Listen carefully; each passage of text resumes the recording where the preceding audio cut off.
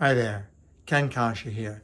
Today I'd like to speak with you about what I think is a very, very vitally important topic that can cause so much harm, that can create so much pain and suffering and interfere with us living a more fulfilling life.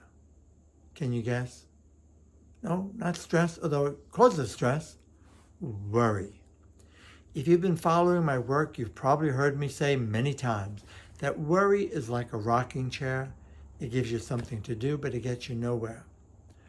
What brought this up for me was recently, over the weekend, being with some family. There's some important things, very important, vitally important activities going on, concerns. And can you relate? Can you think of a delicate conversation you need to have? Can you think of a project you're working on, maybe in your business, in your personal life? What happens when you think about it and worry about it and think, what if? What if this happens? What if that happens? What if the sky falls? What if you get the idea? It produces what? Anxiety, distress. And when that happens, it's almost impossible to be at our best. And that's the danger with worry. Now, we also know the law of attention.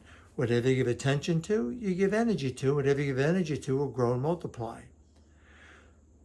So this doesn't mean not to pay attention to problems, concerns, challenges you might have. Of course, we need to pay attention. We need to identify them. We need to acknowledge them. We need to own them, and then take action. If, however, all we do is worry about it and we start that monkey mind that we all have from time to time, and some people it's even worse. What if this happens, and what if that happens, and what if they don't like this, and what if that? It just produces more anxiety. And the worst part about that is we don't realize if you're involved in a court case, if you're involved in a very challenging situation, they're winning without you even being there interacting, because you pay a dear price.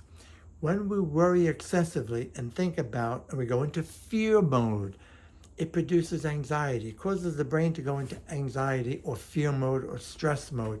And when that happens, we become very defensive. We don't think clearly. And we block access to higher thinking functions of the brain. And you definitely block access to your intuition, that inner wisdom that can guide us. So think about it this way. What's the price you pay when you worry excessively? Have trouble sleeping at night? Have trouble getting back to sleep? You become overreactive?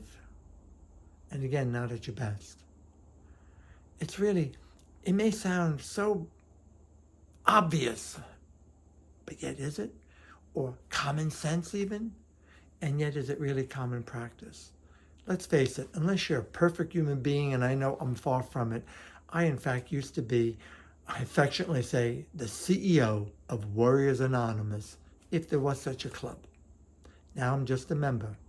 Thanks to what I learned in the Silva Method and managing my inner dialogue, I learned how to put it to rest and how to manage my energy in a way that it wouldn't debilitate me.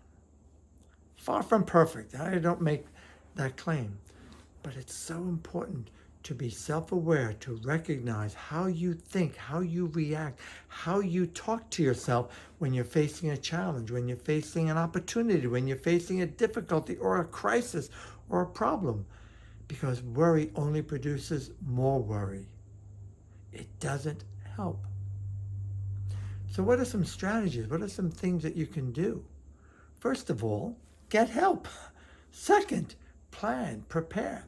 If you've got an important speech, an important presentation to make, if you've got a delicate conversation to have, mentally prepare for it.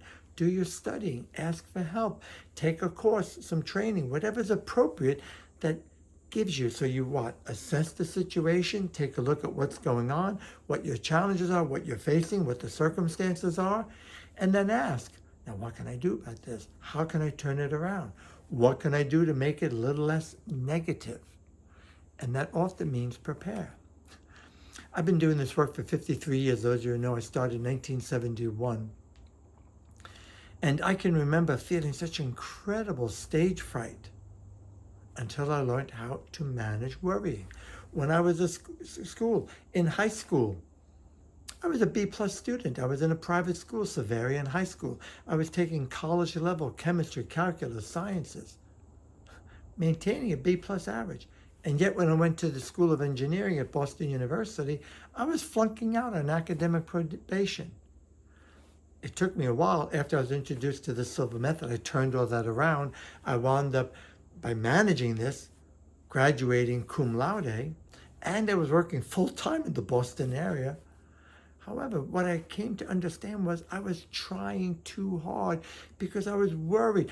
What am I going to do? Will this work? Will I be okay? What about, my life? And the more you worry, the worse it gets. The first thing to go when you go in stress mode like that is memory. Second thing, cognition, higher thinking functions of the brain. So we lose and keep losing until we learn how to manage that inner dialogue, that tendency to worry, it's fear-based. You know the acronym FEAR, F-E-A-R, false events appearing real. So often, fear-based thinking has no basis to it, no science to it. It's a myth, it's a superstition, it's a false belief, it's a limiting belief, it's something someone told you that you heard, or even worse, it's this imaginary conversation we have trying to figure out what's going on, and things are not always what they appear to be. We don't always have all the facts. We don't always have all the information. But if we don't get the facts, if we don't investigate and do our best to find out, we create this false narrative. And that false narrative creates more tension, more anxiety, and puts us in stress mode. You get the idea? So one of the first steps is breathe through it. Of course, you know this. Breathe slowly, breathe deeply.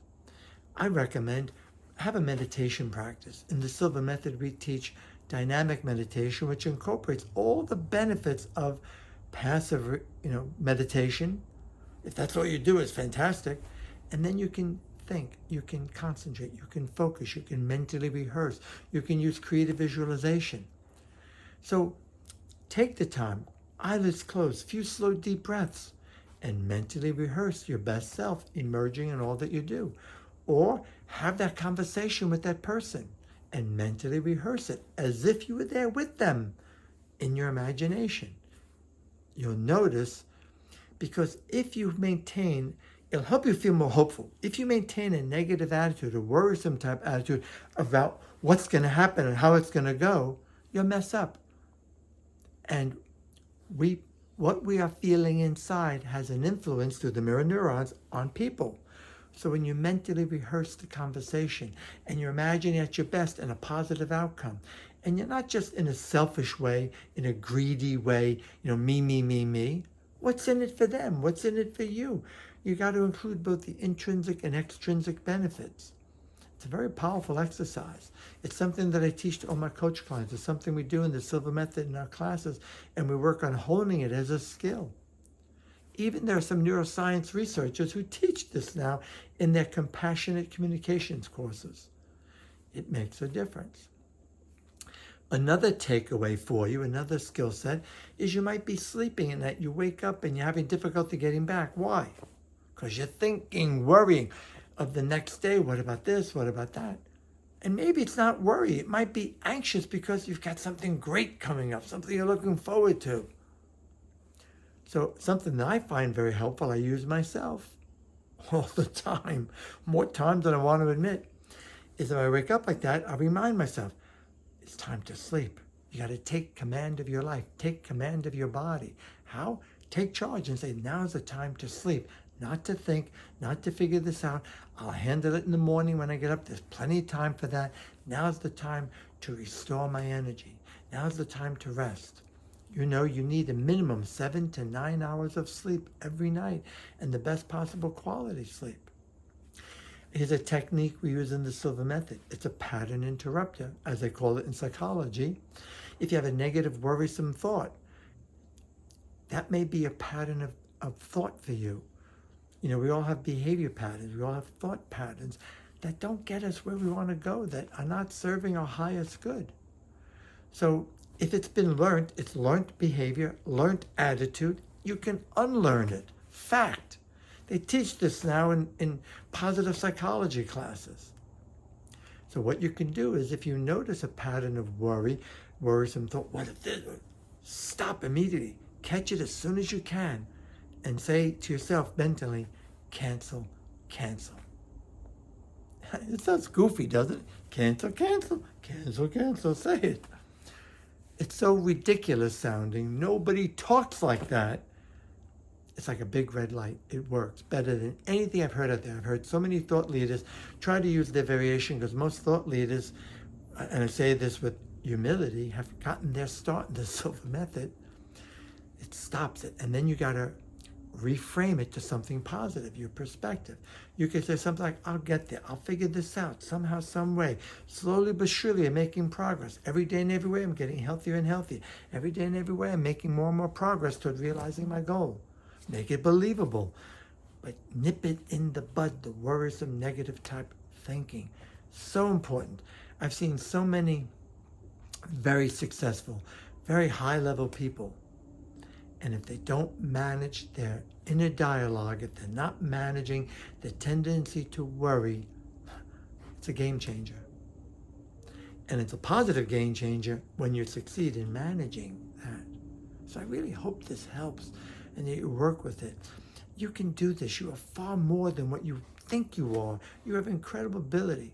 I often tell people in my classes in the Silva Method, I call it Immersion of Silva Life and Intuition System, you come here with everything you need. You've got it. Do not let anybody try to convince you that they're giving you something special. You've got it already. You're a living human being. You've got a brain. You've got intelligence. You've got higher thinking functions. It's just that the way we're designed, it's too easy to be negative. It has to do with number one priority, survival, number two, security. All the neuroscientists will teach you that. It's much easier to, by default, go to the negative. Understand that, be conscious of that, add it to your self-awareness, and it's a game changer. You can manage that as long as you understand that. But you're going to need some tools, you need some skills. So work with this, my friends. You've got this. You've got this, especially when you apply what you know. Thanks so much for listening. I really, honestly, and truly, sincerely hope this makes a difference for you. One day we'll meet. Thank you.